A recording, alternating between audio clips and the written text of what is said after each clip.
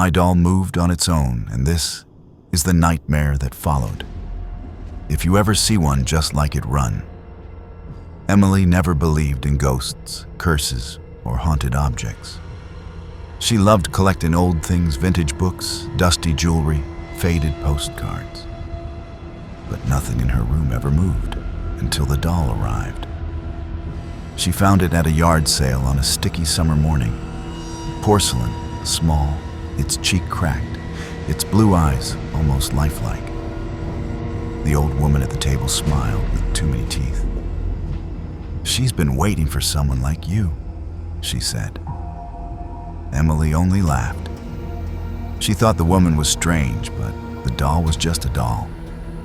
Her mom said, "Just clean it with soap, it'll be good as new." Emily set the doll on her bedroom shelf beside her other finds and didn't think twice. But that first night, things changed. Emily left the doll on the shelf before bed. In the morning, it was on her desk, facing her. The next day, on her pillow. Another night, inside her closet, looking out. She blamed her little brother. So she started locking her door, keeping the key on her bracelet while she slept. But every morning, the doll moved. Her parents laughed it off. "Dreams, stress, too much YouTube, Emily." But the feeling in her room shifted. The air was heavier, the nights colder. Then the whispers started. 3:13 a.m. every night. Emily would snap awake, heart pounding, to a tiny, broken voice right by her ear. "Play with me." She tried to ignore it. But the doll's arms would change position, sometimes waving, sometimes reaching.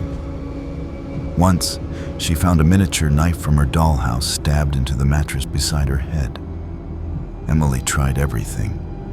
She buried the doll in the backyard, deep beneath a rose bush. It returned the next morning, sitting on her bed, dirt still under its fingernails. She tossed it in the garbage down the block. It was back that night, grinning wider than before. The last straw came when she found a note clutched in its porcelain hands, written in her own handwriting. That wasn't very nice. Desperation set in. Emily took the doll out to the fire pit, doused it in lighter fluid, and watched it burn to ash. Smoke filled her lungs, acrid and sharp. She felt a presence behind her, a cold hand on her shoulder. But when she spun around, nothing. She slept that night for the first time in weeks.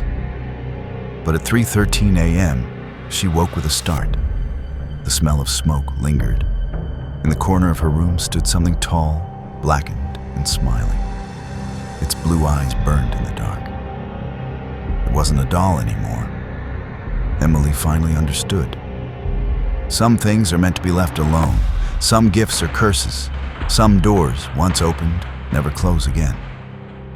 The next morning, Emily's room was empty. Her bed, cold and untouched.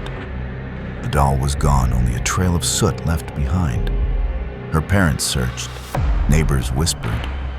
The police found nothing, just a scorched circle in the backyard and a single porcelain eye staring up from the ashes. Now, the room stays locked. At night, if you press your ear to the door, you might hear a little voice, soft and hopeful. Play with me. Resolution. So if you ever find a doll with a cracked cheek and blue burning eyes, leave it alone. Don't take it home. And if you hear whispering at 3:13 a.m., don't answer.